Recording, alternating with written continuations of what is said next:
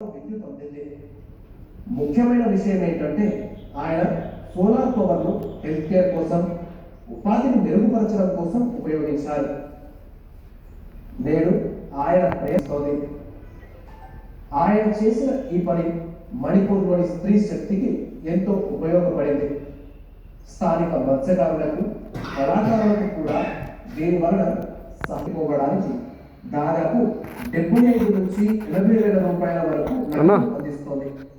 మోయా గారు చేసిన ఈ ప్రయత్నం ఒక వ్యక్తిగత ప్రయత్నమే కానీ సోలార్ పవర్తో ముడిపడిన ప్రతి ఉద్యమానికి ఇది కొత్త వేగాన్ని అందిస్తోంది. మన్ కీ బాత్ మాధ్యమం ద్వారా ఆయనకు నేను అభినందనలు తెలుపుతున్నాను. నా ప్రియమైన దేశ ప్రజలారా, రండి మనం ఇప్పుడు కాస్త జమ్మూ కాశ్మీర్ వైపుకు వెళ్దాం.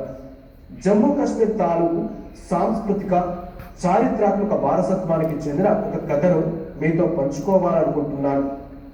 అది విని మీరు చాలా గర్వపడతారు. జమ్మూ కాశ్మీర్లోని బారాముల్లాలో జైన్పోరా అనే ప్రాంతం ఉంది.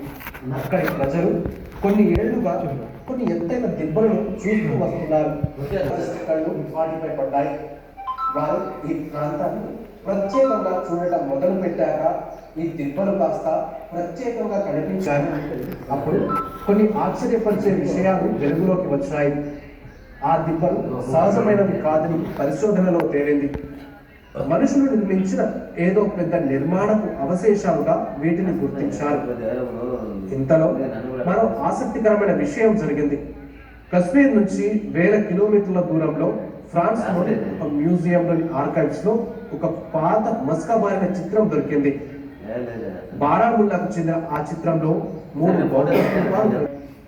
ఇక్కడి నుంచే కాలం తన దిశను మార్చుకోగా కాశ్మీర్కు చెందిన ఒక అద్భుతమైన గతం వెలుగులోకి వచ్చింది.